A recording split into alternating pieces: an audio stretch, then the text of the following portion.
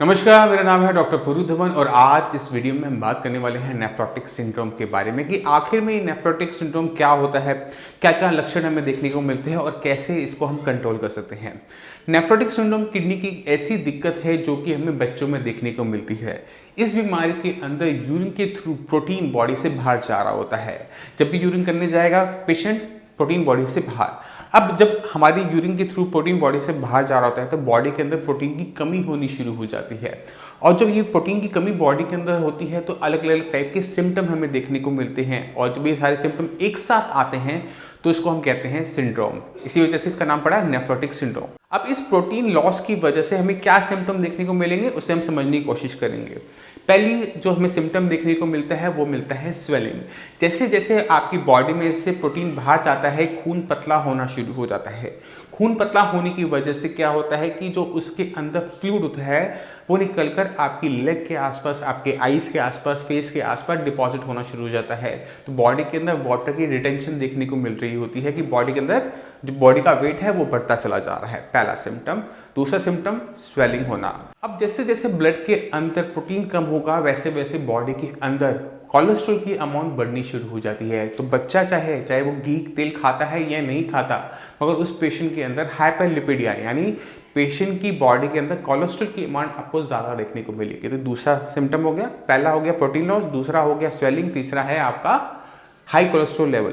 जब ये सारे सिम्टम हमें एक साथ देखने को मिलते हैं तो इस कंडीशन को हम कहते हैं नेफ्रोटिक सिंड्रोम। नेफ्रोटिक सिंड्रोम के अंदर खास बात क्या होती है कि इसमें क्रिएटिनिन यूरिया के लेवल्स नॉर्मल देखने को मिलते हैं कि क्रिएटिनिन यूरिया लेवल बढ़ना शुरू नहीं होता। मगर अगर यही नेफ्रोटिक सिंड्रोम सही तरीके से कंट्रोल नहीं हो पाता तो पेशेंट को आगे चलकर किडनी फेलियर देखने को मिलती है। जब हम ऐसे पेशेंट की हम किडनी की बायोप्सी करवाते हैं तो हमें एक टर्म देखने को मिलती है, वो है मिनिमल चेंज डिजीज।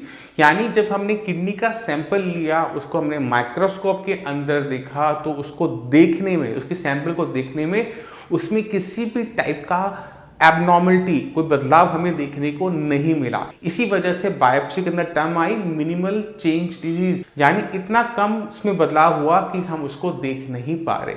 अब किसी को भी नेफ्रोटिक सिंड्रोम क्यों होता है, किस वजह से होता है, ये किसी भी डॉक्टर को नहीं पता, मगर हमें ये पता है कि इसमें प्रोटीन लॉस हो रहा है और बॉडी के अंदर जो किडनी के अंदर जो पोडोसाइट सेल्स होते हैं उसको किसी टाइप का इंजरी या नुकसान हो रहा होता है जिसकी वजह से प्रोटीन बॉडी में होल्ड नहीं हो पाता और बॉडी में से प्रोटीन लॉस होता चला जाता है। ऐसे पेशेंट के अंदर हमें प्रोटीन का बहुत ज़्यादा ध्यान रखना पड़ता है कि बॉडी के अंदर प्रोटीन की अमाउंट प्रॉपर तरीके से बनी रहे। अगर बॉडी के अंदर क्रिएटिनिन लेवल, यूरिया लेवल नहीं बढ़ रहे तो बॉडी के को प्रॉपर तरीके से हमें प्रोटीन देना होता है, यानी खाने के अंदर में प्रोटीन रिच डाइट लेनी पड़ेगी। तो ऐसे पेशेंट को हम ऐसा प्रोटीन देंगे जो आराम से एब्जॉर्ब हो जाए, आराम से डाइजेस्ट हो जाए और वो हमें मिलता है पल्सेस से, दालों से, दूध से, क्योंकि इसे डाइजेस्ट करना आसान होता है। ये बॉडी में तेजी से प्रोटीन को अप कर देगा। बॉडी को जो नुकसान हो रहा है प्रोटीन लॉस की वजह से वो काफ़ी हद तक कंट्रोल में इससे देखने को मिल जाता है। मगर सिर्फ डाइट को बदल लेने से नेफ्रोटिक सिंड्रोम की पेशेंट की प्रॉब्लम सॉल्व नहीं होती। यहाँ पर हमें क्या करना होगा, यहाँ पर जो नुकसान चल रहा है अंदर किडनी के अंदर उसको भी कंट्रोल करना पड़ेगा। अब जब हम इसको लेके चलते हैं तो हम इस तरह से कंसिडर करते हैं कि किडनी के अंदर किसी भी वजह से एक चीज़ ज़रूर होगी, वो है इन्फ्लेमेशन यानी सूजन। अगर ये सूजन बहुत कम है तो ये हम माइक्रोस्कोप के अंदर नहीं देख पाएंगे, मगर अगर ये इन्फ्लेमेशन है तभी प्रोटीन लॉस हो रहा है तो जो भी ट्रीटमेंट नेफ्रोटिक सिंड्रोम में किया जाता है वो एंटी इन्फ्लेमेटरी होता है। अगर हम इसके अंदर स्टेरॉइड देते हैं क्योंकि वो भी एंटी इन्फ्लेमेटरी होते हैं, इसी वजह से इसके अंदर स्टेरॉइड्स भी दिए जाते हैं। मगर स्टेरॉइड के साथ सबसे बड़ी दिक्कत क्या होती है कि इस स्टेरॉइड की थेरेपी को हम लाइफ लॉन्ग कंटिन्यू नहीं कर सकते, क्योंकि जहाँ पर ये किडनी के अंदर इन्फ्लेमेशन को कम कर रहा है मगर वहीं पर वो आपकी बॉडी के अंदर अपने साइड इफेक्ट्स भी लेकर आ रहा है। पेशेंट की बॉडी के अंदर कंडीशन डे बाय डे खराब होनी शुरू हो जाती है। आईसाइट वीक होना, कोलेस्ट्रॉल का बहुत ज़्यादा बढ़ जाना, अननेसेसरी वेट का इंक्रीज होना, बोन्स का वीक होना, डायबिटीज़ का होना। पेशेंट अगर स्टेरॉइड पे बहुत लंबे टाइम तक रहता है, अगर सपोज करो कि वो 6-7 मंथ्स रहता है तो बॉडी में बहुत ज़्यादा दिक्कत आनी शुरू हो जाती है, बहुत ज़्यादा उसकी कॉम्प्लिकेशन आनी शुरू हो जाती है। तो हमें कुछ ऐसा चाहिए जो बॉडी के अंदर जाए ज़रूर, काम वो स्टेरॉइड की तरह करे बट वो स्टेरॉइड ना हो।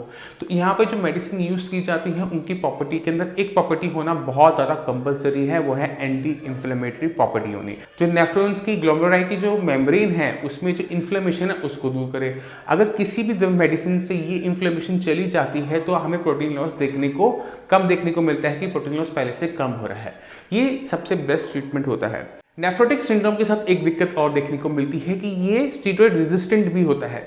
अगर हम नेफ्रोटिक सिंड्रोम के पेशेंट को हम स्टीरॉयड देते हैं और देखते हैं कि उसकी यूरिन के अंदर प्रोटीन लॉस हो ही जा रहा है, हैवी डोज देने के बाद भी वो कंट्रोल में नहीं हो रहा, दैट मीन्स कि उसका जो नेफ्रोटिक सिंड्रोम है वो स्टीरॉयड रेजिस्टेंट है। इसलिए अगर सर आप अपने पर्चों के अंदर जो डॉक्टर आपको प्रिस्क्रिप्शन बना के देता है उसके टॉप पे लिख देता है कि steroid resistant nephrotic syndrome patient को है। अब नेफ्रोटिक सिंड्रोम अगर आपका स्टीरॉयड रेजिस्टेंट होगा तो क्या होता है कि जो एलोपैथिक मेडिसिन का हमारा जो ओनली जो मेडिसिन थी वो काम नहीं करी, तो वहाँ पर हमें थोड़ा सा अपने आप को बदलना पड़ता है, थोड़ी सी मेडिसिन की टाइप्स को बदलना पड़ता है। हमें ऐसी मेडिसिन की तरफ जाना पड़ता है जो लंबे टाइम तक तो चल सके मगर बॉडी में किसी भी टाइप का वो साइड इफेक्ट को पैदा ना करे। यहीं पर आपकी हेल्प करता है साइंस संजीवनी। साइंस संजीवनी नेफ्रोटिक सिंड्रोम को बहुत गहराई से समझता है, इसलिए उसको पता है कि हमें कोई ऐसी मेडिसिन चाहिए जो बॉडी को हेल्दी भी रखे और बॉडी के अंदर जो प्रोटीन लॉस हो रहा है उसको भी कंट्रोल करे। इसलिए साइंस संजीवनी में हम क्या करते हैं, हम वहाँ पर देते हैं एंटी इंफ्लेमेटरी मेडिसिन जो किडनी के अंदर की सूजन को खत्म करता है। और जैसे जैसे मेडिसिन बॉडी के अंदर जाती है प्रोटीन लॉस कम होना शुरू हो जाता है। ये जो प्रोटीन लॉस की अमाउंट के अंदर जो चेंजेस होते हैं ये आपको विदिन अ मंथ दिखना शुरू हो जाते हैं। इसलिए नेफ्रोटिक सिंड्रोम के जितने भी पेशेंट्स हैं उनको एडवाइस करते हैं कि अपना प्रोटीन लॉस का जो टेस्ट होता है जो हम स्ट्रिप्स से करते हैं, क्योंकि आप टेस्ट जो है घर पे खुद ब खुद कर सकते हैं। इसके बारे में हम वीडियो बना चुके हैं, जो इसका लिंक मैं आपको इस वीडियो के एंड पे दूंगा, आप खुद जाकर देख पाएंगे। उस टेस्ट से हम अपने प्रोटीन को हफ्ते में कम से कम 2 बार जरूर चेक करें। अगर आपको लग रहा है कि आपका प्रोटीन लॉस कम होता जा रहा है साइंस संजीवनी की मेडिसिन से, दैट मीन्स आपकी किडनी के अंदर जो इन्फ्लेमेशन है वो कम होती जा रही है, जो कि बहुत ज़्यादा ज़रूरी है एक नेफ्रोटिक सिंड्रोम की पेशेंट के लिए। क्योंकि जैसे जैसे बॉडी में से प्रोटीन कम जाएगा तो बॉडी के अंदर जो पूरी बॉडी जो हमारी बनी हुई है प्रोटीन की बनी हुई है, अगर बॉडी के अंदर प्रोटीन कम है तो उस प्रोटीन कमी की वजह से हमारी बॉडी में और तरह के साइड इफेक्ट आने शुरू होते हैं। क्योंकि बच्चे ने ग्रो करना होता है, तो अगर प्रोटीन बॉडी में प्रॉपर नहीं है तो वो जो ग्रोथ है वो नहीं हो पाती, बॉडी में प्रॉपर तरीके से हार्मोन नहीं बन पाते, बॉडी के अंदर प्रॉपर तरीके से अमीनो एसिड्स नहीं बन पाते, तो कॉम्प्लिकेशंस बढ़ती चली जाती है। तो प्रोटीन को बॉडी के अंदर रोकना बहुत ज़्यादा ज़रूरी होता है नेफ्रोटिक सिंड्रोम के अंदर। तो मैं उम्मीद करता हूँ इस वीडियो से आप नेफ्रोटिक सिंड्रोम के बारे में काफ़ी कुछ जान गए होंगे। अगर आपके फिर भी माइंड में कोई डाउट है, कुछ भी पूछना चाहते हैं, तो नीचे दिए हुए नंबर पर कॉल कर साइंस इंजीनियरिंग के डॉक्टर से आप फ्री ऑफ कॉस्ट कंसल्टेशन ले सकते हैं। आप अपॉइंटमेंट लेके मुझसे भी आकर मिल सकते हैं। अब इसी के साथ आप इस वीडियो में चलने की आगे चाहूँगा। मिलते हैं अगली वीडियो में, तब तक के लिए धन्यवाद।